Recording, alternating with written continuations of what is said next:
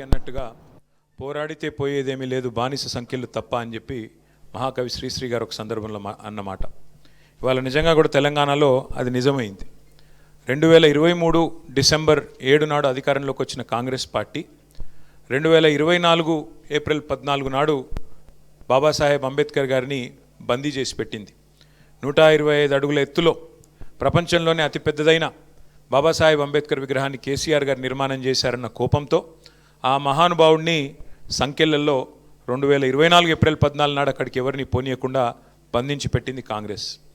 2025లో కూడా అదే అక్కస్తో ఇది కేసీఆర్ కట్టిన విగ్రహం, ఇది కేసీఆర్ ఆనవాళ్ళు అనే ఉద్దేశంతో బాబాసాహెబ్ లాంటి మహానుభావుడిని మళ్ళీ బంధించి మళ్ళీ అవమానించింది కాంగ్రెస్ ప్రభుత్వం, రేవంత్ రెడ్డి ప్రభుత్వం. అందుకే మొన్న విద్యార్థి విభాగం ఇక్కడ మా గెలు శ్రీనివాస్ గారి నాయకత్వంలో ఒక 15 రోజుల కింద ఇదే భవన్లో మీటింగ్ జరిగితే ఆ రోజు మేము నిర్ణయం తీసుకున్నాం. మరి 4 నుంచి 14 వరకు మా విద్యార్థులు మూసీ పోరుబాట పేరిట కథం దొక్కబోతా ఉన్నారు. మూసీ తీరంలో జరుగుతున్న అన్యాయాన్ని, దమనకాండను వ్యతిరేకిస్తూ ఏప్రిల్ 14 బాబాసాహెబ్ జయంతి నాడు ఈ కార్యక్రమం ముగుస్తుంది. ఒకవేళ మీరు కనుక ఈసారి ఏప్రిల్ 14 నాడు బాబాసాహెబ్ను మళ్ళొక్కసారి గత 2 సంవత్సరాలు చేసినట్టే ఈ సంవత్సరం కూడా బందీ చేసి పెడితే మేమే వస్తాం, వందలాదిగా వేలాదిగా వచ్చి ఆ సంఖ్యలు బద్దలు కొడతామని చెప్పి ఆ రోజు చేసిన హెచ్చరిక ఇవాళ ఫలించి సచ్చినట్టు ఇవాళ రాష్ట్ర ప్రభుత్వం అక్కడ ఏర్పాట్లు చేసింది.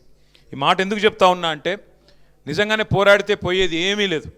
ఇట్లాంటి మూర్ఖ ప్రభుత్వాలకు, ఇట్లాంటి అరాచక ప్రభుత్వాలకు, ఇట్లాంటి పెత్తందారి పోకడలకు, ఇట్లాంటి నియంతృత్వ ఆలోచనలు ఉండే ముఖ్యమంత్రులకు బుద్ధి వస్తుంది, ప్రజలకు భయపడతారు తప్ప ఇంకోటి కానే కాదు. ఇది నేర్పింది మనకెవరో కాదు, డాక్టర్ బాబాసాహెబే. ఆయన చెప్పిన మాట బోధించు, సమీకరించు, పోరాడు. కేసీఆర్ గారు అదే ఆలోచన విధానంతో, అదే అంబేద్కర్ తత్వాన్ని జీర్ణం చేసుకొని లక్షల సంఖ్యలో ప్రజల్ని సమీకరిస్తూ తెలంగాణ రాష్ట్ర ఏర్పాటు ఆవశ్యకతను వారికి వివరిస్తూ, తెలంగాణ రాష్ట్రం ఏర్పడితే ఎవరికి ఏం ప్రయోజనం వస్తుందో వివరించి చెబుతూ అడుగడుగున తెలంగాణ కోసం పోరాడుతూ చివరికి సావు నోట్లో తలబెట్టి ఆ బోధించు, సమీకరించు, పోరాడు అనే అంబేద్కర్ తత్వాన్ని పూర్తి స్థాయిలో వంట పట్టించుకొని అల్టిమేట్గా రాష్ట్రాన్ని సాధించింది అంబేద్కర్ గారి బాటలో, అంబేద్కర్ గారు రాసిన రాజ్యాంగం ఆలంబనగా. ఆర్టికల్ 3 అనేదే లేకపోతే రాజ్యాంగంలో ఇవాళ తెలంగాణ రాష్ట్రం లేదు. ఈ మాట కేసీఆర్ గారు శాసనసభ వేదికగా చెప్పారు.